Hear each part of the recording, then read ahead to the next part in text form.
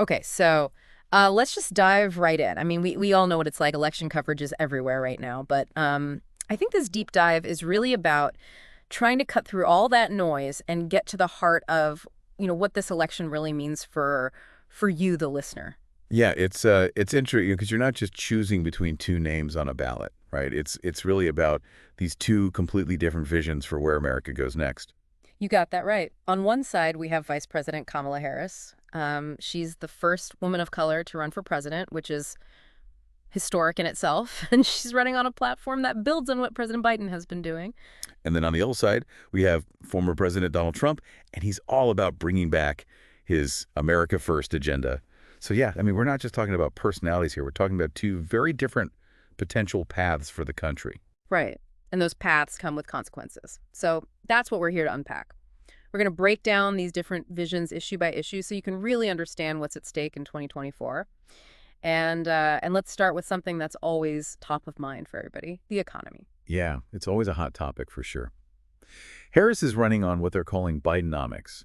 It's basically about focusing on the middle class, using government money to invest in infrastructure and things like technology and clean energy jobs. The idea is to grow the economy in a way that benefits everyday Americans. Okay, so government spending to create jobs, that sounds pretty different from what we're hearing from Trump. Exactly. Trump's message is all about tax cuts, less government spending overall and getting rid of regulations that he says are holding businesses back. He wants to focus on those traditional industries, like manufacturing, energy, the kind of jobs that he says have been disappearing. His argument is that Biden's policies are actually hurting the middle class. They're fueling inflation. So this gets to the heart of something really fundamental, right? It's about what role the government should play in the economy. Yeah, you could say that. Harris seems to see the government as a force for good, creating opportunities and helping the economy grow. Whereas Trump is more about letting the free market do its thing, with less interference from the government. Yeah. And these aren't just abstract ideas. This has an impact on your wallet. It impacts the types of jobs that are available where you live. It really impacts how the economy functions at a very basic level. Give us an example. How would this actually play out differently for people? Okay, well, let's take renewable energy, for example.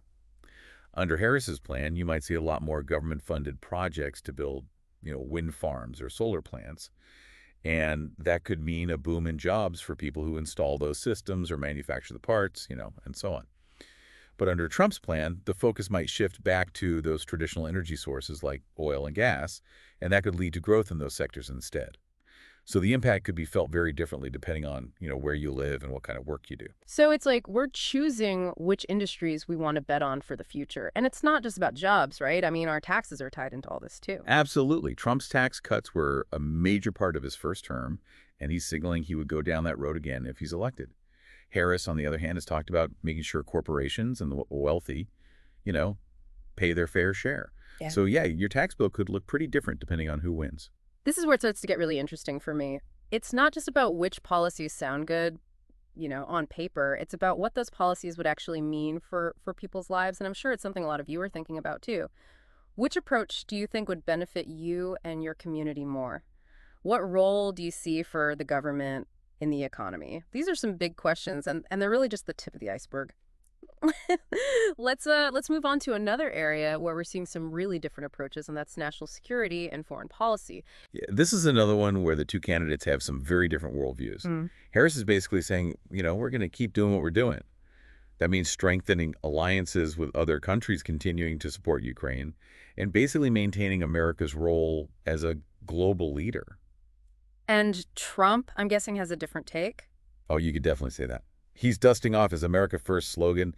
He's been pretty critical of foreign aid. He wants the U.S. to be less involved in conflicts overseas, and he's putting a big emphasis on border security.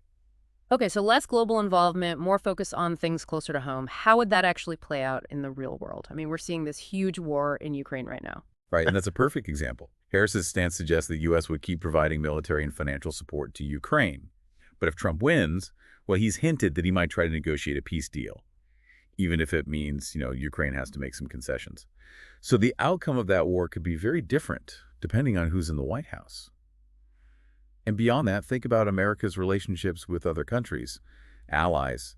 They might be wondering if they can still rely on the U.S., and adversaries might see it as an opportunity to assert themselves. So it's not just about what happens in one conflict. It's about America's entire role in the world. Exactly. Do we want to be, leading the charge on things like climate change and international diplomacy, or do we want to, kind of turn inward and focus more on our own problems? That's the question, isn't it? And it's a Yeah. question you have to ask yourself. What kind of role do you want America to play, on the world stage? Do you think we should be more interventionist, or do you favor a more hands-off approach? These are some big questions with no easy answers. And it gets even more personal, I think, when we start talking about healthcare, which is up next. Yeah, this is where you really see each candidate's philosophy about the role of government play out in a way that directly affects people's lives. You're saying healthcare is more than just a policy debate. Oh, absolutely. It's about how we view the government's responsibility to its citizens. Exactly. Right. Harris is pushing to expand the Affordable Care Act, also known as Obamacare. She wants to make sure more people have access to health care, including reproductive health care, and she's putting a lot of emphasis on mental health services. The idea is to create a more inclusive system, especially for those who have been left behind in the past. Okay, so she's building on what's already there, trying to make it better. What's Trump's plan? Well, he wants to dismantle Obamacare. He says he wants to replace it with something better, but he hasn't really explained what that would look like. His general philosophy is that the free market can provide better and more affordable health care than the government. Mm-hmm. He wants to reduce the government's role and give people more choices through private insurance. So once again, we have these two very different philosophies, and it gets real when you really think about it. It's about your ability to see a doctor when you need to. It's about the cost of your medications. It's about whether you can afford mental health care. It is. It's about all of that. Under Harris's vision, we might see more government-funded programs, which could mean lower costs for some people and easier access to care. But under Trump's plan, we might see more competition between private insurance companies, which could theoretically bring prices down. But it could also mean some people get left out in the cold. Yeah. There's no guarantees either way. This is where I start to think, okay, which system would I personally feel most comfortable with? How much faith do I have in the government to provide health care? Do I think the free market is the answer? These aren't just, abstract political debates. They have real consequences for people's lives. And it's not just about healthcare. These same philosophical differences are at play when we talk about climate change, which is another issue that's especially important to younger voters. Yeah, they see it as like the defining challenge of our time, and honestly, they're not wrong. The question is, how do we actually tackle it? Well, Harris is basically picking up where Biden left off. All those investments in renewable energy, building those charging stations for electric cars, setting those ambitious targets to reduce emissions.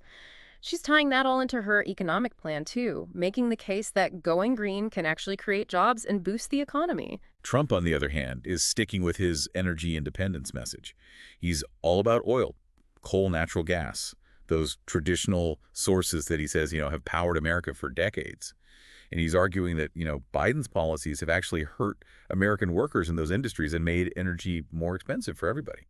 So it's kind of a future versus past debate in a way. You could say that. Harris is looking ahead to this cleaner energy future, while Trump wants to stick with what he sees as, those tried and true sources of energy. Yeah, and it comes down to how urgent you think the climate crisis really is and how much you believe the government should be doing, to address it. So give us an example, like what would these different approaches actually look like, in our lives? Okay, well, under Harris's plan, you might see even more government incentives for people to buy electric cars or, install solar panels on their homes. There might be stricter regulations on those fossil fuel companies and more investment in public transportation. But under Trump's plan, we might see continued support for the oil and gas industry, less emphasis on those environmental regulations, and maybe even a rollback of some of the progress that's been made on clean energy. It's a pretty stark choice. Yeah. And it's not just about the environment, right? I mean, this ties back into jobs and the economy, even national security. It does. It's all connected. And it raises some big questions, for you, the listener. What kind of future do you want to see? Do you think the government should be taking a more leading role in tackling climate change, or do you think it's better to let the market kind of sort things out? Yeah, those are the questions. These are the kind of questions you have to wrestle with when you're making a decision as big as who to vote for president. And it gets even more complex, I think, when we start talking about social issues, things like immigration and criminal justice. These are areas where things get really personal for a lot of people. They do, absolutely. Yeah. These are issues that touch on people's core values, their sense of fairness, Yeah. their ideas about what it means to be American. And the candidates have very different approaches here. Let's start with immigration. What are we hearing from Harris? Well, she's been a strong advocate for immigration reform, Mm-hmm. including a path to citizenship for undocumented immigrants. Mm. She sees immigrants as a vital part of, the American fabric, and she wants to create a more welcoming and inclusive system. And Trump, I'm guessing, has a different perspective on that. Oh, he does. He's still campaigning on a platform of stricter immigration policies and increased border security. He's talked about building a wall, increasing deportations and making it harder for people to immigrate legally. He frames it as a matter of national security, protecting American jobs. Yeah. So two very different approaches. One is more about creating a pathway to legal status. The other is more about enforcement, keeping people out. Exactly. And the implications are huge. Under Harris's vision, we might see more families reunited, more immigrants contributing to the economy, and a more diverse and vibrant society. Mm-hmm. But under Trump's vision, we might see more families separated, that more people living in fear of deportation and a more divided country. It really comes down to your view of immigration. Do you see it as a positive force in America, or do you see it as a threat? That's a big question. And those same kinds of questions come up when we talk about criminal justice. Harris has been very outspoken about the need for reform. She wants to see changes in policing practices to address, racial bias. She wants to reduce mass incarceration, and she wants to create a more just and equitable system for everybody. Yeah, she's talking about, addressing the systemic issues. Right. Trying to make the system fair for everyone. Exactly. Yeah. But Trump is taking more of a law and order approach. Yeah. He's focused on supporting law enforcement, cracking down on crime, imposing tougher sentences. He often frames it as this battle between good and evil, with criminals as the enemy. So once again, we're seeing these two very different philosophies play out. One is more about rehabilitation and second chances. The other is more about punishment and deterrence. Right. And the impact of these different approaches could be huge. I mean, under Harris's vision, we might see fewer people in prison, more investment in those community-based programs, Mm-hmm. a focus on addressing the root causes of crime. But under Trump's vision, we might see longer prison sentences, more police on the streets, and, a greater emphasis on law enforcement over social programs. It's a lot to think about. It is. These aren't just policy debates. They're about fundamental values. Yeah. How do you define fairness and justice? What role should the government play in addressing social and racial inequalities? These are the kinds of questions that I think really get to the heart of who we are as a nation. They do. And they're not easy questions to answer, but they're questions we have to grapple with as we head into this election. Okay, so we've talked about the issues, but now I want to kind of shift gears a little bit and talk about how these candidates are actually trying to win your vote. Their campaign strategies are fascinating, especially in this digital age where everything is so different from, how it used to be. Oh, it's a whole new ballgame now. It's not just about rallies and TV ads anymore. Candidates have to figure out how to reach voters online, through social media and through all these different channels. So how are Harris and Trump approaching this? What are their strategies? Well, Harris is really focusing on those key demographics we were talking about earlier, women, young people, people of color. She's using a mix of those traditional tactics like rallies and town halls, but she's also putting a lot of effort into social media. You'll see her team on TikTok, Instagram, Twitter, all those platforms where younger voters are spending their time. It's about meeting people where they are. Exactly. You can't just expect them to come to you anymore. Right. And the messages are tailored to those audiences, too. They're talking about climate change, social justice, economic opportunity, the issues that resonate with those groups. Okay, so Harris is going for a more targeted, digital savvy approach. What about Trump? Well, he's sticking with what he knows best. Big rallies, direct communication with his base, and kind of bypassing the mainstream media whenever possible. He's always been a master of that, hasn't he? He has. Connecting directly with his supporters, controlling his own message. Exactly. He's using his Truth Social platform, to kind of get around those traditional media outlets and the fact-checking. And his rallies are still drawing huge crowds. Yeah. He knows how to work a crowd, and he's tapping into, a lot of the anger and frustration that's out there. So two very different styles kind of reflecting, I guess, the different audiences they're trying to reach and the different ways that people consume information these days. And it's not just about getting your message out there. It's about shaping the national conversation. Yeah. Think about it. Where are you getting your news these days? What sources do you trust? Whose voices are you listening to?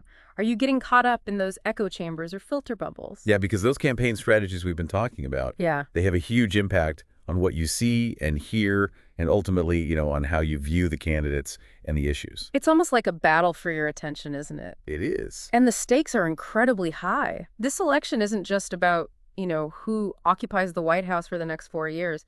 It's about what kind of country we want to be. It's about the values we prioritize, Mm. the direction we choose, and the future we create for ourselves and for, generations to come. So as we're wrapping up this part of our deep dive, I want to leave you with this thought. We've Uh, talked about the issues, the candidates, the strategies, but ultimately, the choice is yours. You have the power to decide what kind of America you want to live in. It is, and it's a choice that's going to have a real impact on your life, your community, and the country as a whole. We've spent this deep dive really exploring the differences between Harris and Trump, trying to give you a clearer picture of what each candidate represents and what their visions for America would actually mean, in practice. We've talked about the economy, foreign policy, healthcare, climate change, social issues, even how they're trying to win you over with their campaigns. Yeah, it's a lot to absorb, but hopefully, you're feeling more informed, more engaged, and maybe even a little bit inspired. Yeah. Because at the end of the day, this is your decision to make. We didn't set out to tell you who to vote for. Right. We're not here to endorse one candidate over the other. Our goal was really to equip you with the knowledge and context you need to make an informed decision. A decision that reflects your values, your priorities, and your hopes for the future. So as you're, weighing your options and preparing to cast your vote, we want to leave you with one final thought experiment. Okay. Imagine it's 2028. The election is over, the dust has settled, and you're looking back on the past 4 years. Okay. What do you see? Yeah. What do you see? Has America moved in the direction you hoped it would? Are you proud of the choices you made? Did you use your voice to create the kind of future you wanted for yourself, for your family, for your community? Because ultimately, that's what this election is about. It's about shaping the future. And your vote is your chance to make a difference. Thanks for joining us on this deep dive. We hope you found it insightful, thought-provoking, and maybe even a little bit empowering. Now go out there and make your voice heard.